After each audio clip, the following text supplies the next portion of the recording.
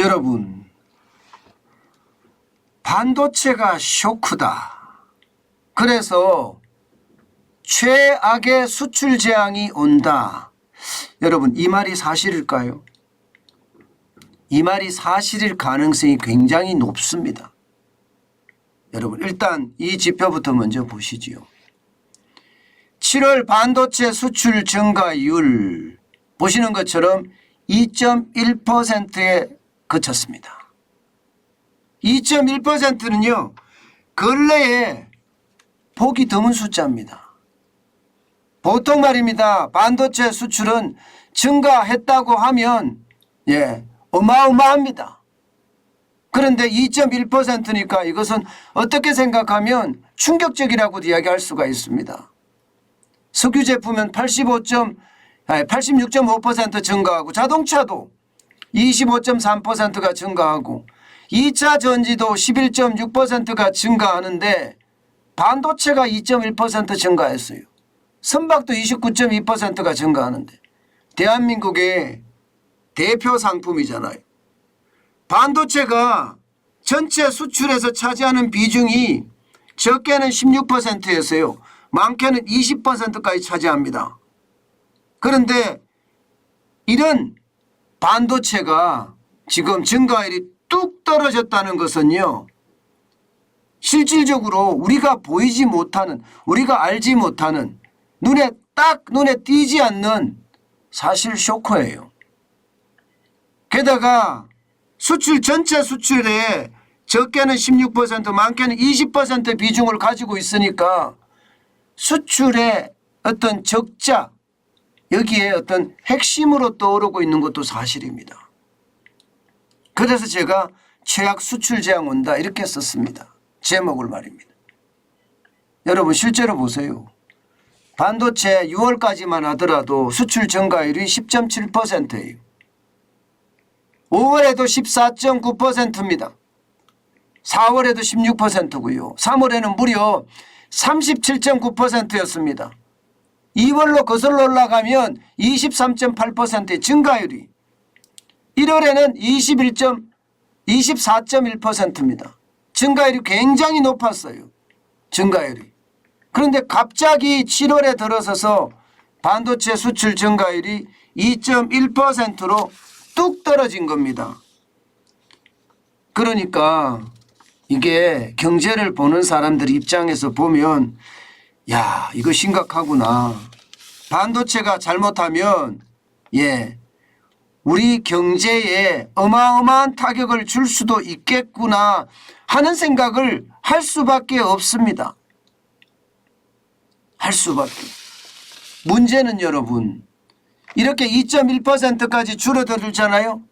이게 이제 초입이라는 사실이에요. 초입. 앞으로 더 덜어줄 수 있는 그런 상황이 굉장히 크다는 겁니다. 그만큼 말입니다. 심각해질 수 있다는 이야기예요. 여러분도 알다시피 반도체 수출은요 1994년에 사상 처음으로 100억 달러를 넘어섰습니다. 그러다가 말입니다. 보시는 것처럼 지난해 1278억 달러까지 올라갔습니다. 어마어마한 수출이었죠. 어마어마한 수출. 2018년에도요 1267억 달러까지 올라갔습니다. 이렇게 반도체 수출이 엄청나게 많아지면 그해 대한민국의 수출도 어마어마하게 됩니다.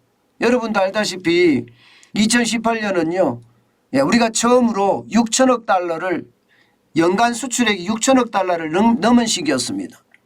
그러니까 1267억 달러까지 늘어났죠. 2021년 작년에도 마찬가지입니다. 1278억 달러까지 됐으니까요. 지금 말입니다. 지금 아직까지 2022년도 가능성은 있습니다. 왜냐하면 상반기까지 반도체 수출액이 690억 달러니까요. 690억 달러. 그런데 문제는 이게 점점 줄어들 거라는 데 있잖아요. 7월에 줄어들고 8월에 줄어들고 9월에 줄어들고 지금 7월에 반도체 수출 증가율이 2.1%라는 것은 이제 시작이라는 점이 바로 이 말입니다. 7월이 시작이고요. 8월, 9월, 10월 가면 갈수록 점점 어려워지지 않을까 하는 게 지금 시장의 전망입니다. 그만큼 반도체가 차지하는 비중이 굉장히 큽니다. 자, 이렇게 되면 여러분, 이렇게 되면 이게 수출은 어떻게 될까요? 수출은 안 그래도 지금 여러분도 알다시피 제자리 걸음을 하고 있거든요. 특히 반도체 수출 보세요. 완전히 제자리 걸음이에요. 지금 제가 여러분에게 이제 시작이다 하는 것도 바로 이겁니다. 4월에 반도체 수출이 108억 2천만 달러, 5월에 110억 4천만 달러, 6월에 123억 5천만 달러였는데 7월에는 112억 1천만 달러예요. 자, 이렇게 되면 여러분 결국 말입니다. 무역 수지는 점점 나빠질 거예요. 점점. 왜냐? 다른 제품들이 많이 선방을 해주면 되는데 다른 제품들도 올라가기는 올라가지만 선방이라고 표현하기는 좀 힘들어요. 왜냐하면 세계 경제가 지금 침체 국면으로 들어서기 때문입니다. 침체 국면으로. 그렇게 되면 무역 수지는 더 나빠지겠죠. 안 그래도 우리 무역 수지 지금 형편없거든요. 작년 12월부터 보면요. 사실상 모두 적자라고 이야기할 수 있습니다. 2월, 3월이 흑자라고 이야기하지만 2월은 에너지 수입을 그만큼 덜해서 흑자가 난 거고요. 거의 30억 달러 어치를 덜했습니다. 원유 수입을 안 한 거죠. 원유 수입을. 그리고 3월에 흑자가 난 것은 원유 수입을 안 했는데 이게 전략 비축률을 풀었습니다. 전략 비축률을 풀었으니까 가까스로 흑자를 낸 겁니다. 원래는 처음에 이게 잠정치를 발표할 때 그때는 적자였습니다. 사실상 적자가 지금 심각하잖아요. 그래서 지금 보시면 7월은 46억 6,900만 달러까지 지금 적자가 나고 있는 상태입니다. 자, 이렇게 말입니다. 여러분.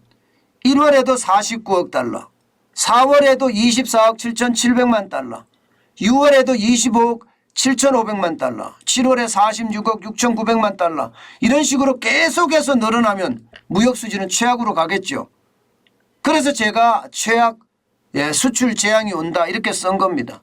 이대로 가면 여러분 이대로 가면 지금 시장의 예측치로 볼 때는요.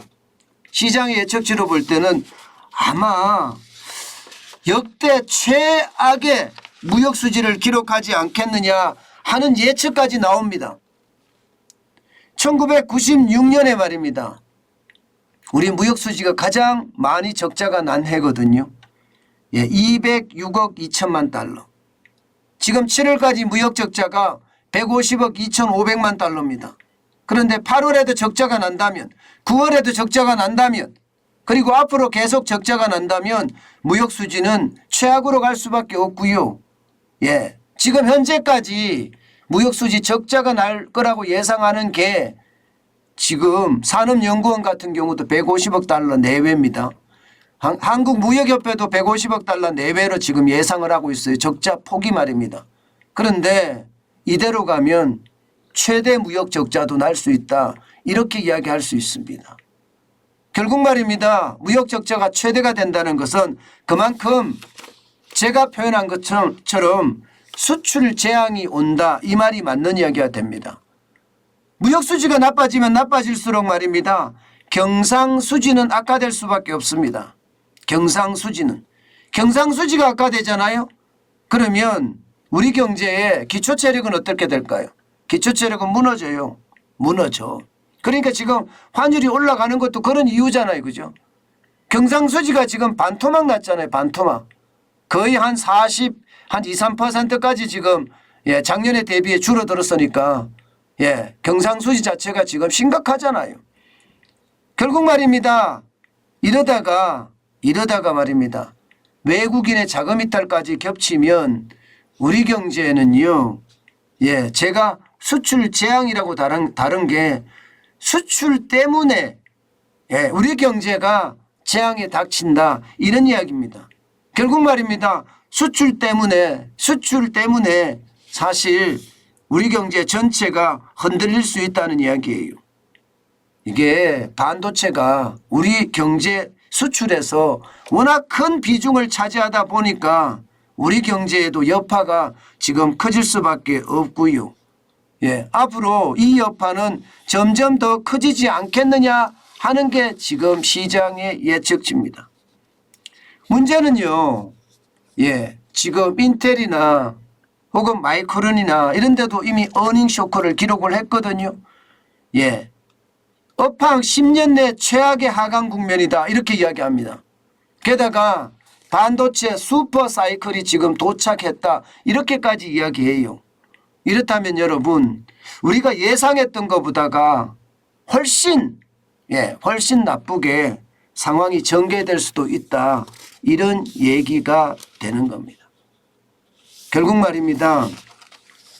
최악의 어떤 무역 수지가 결국 악순환을 유발해서 우리 경제 전체에도 큰 영향을 미치지 않겠느냐 하는 게 현재까지의 예측입니다.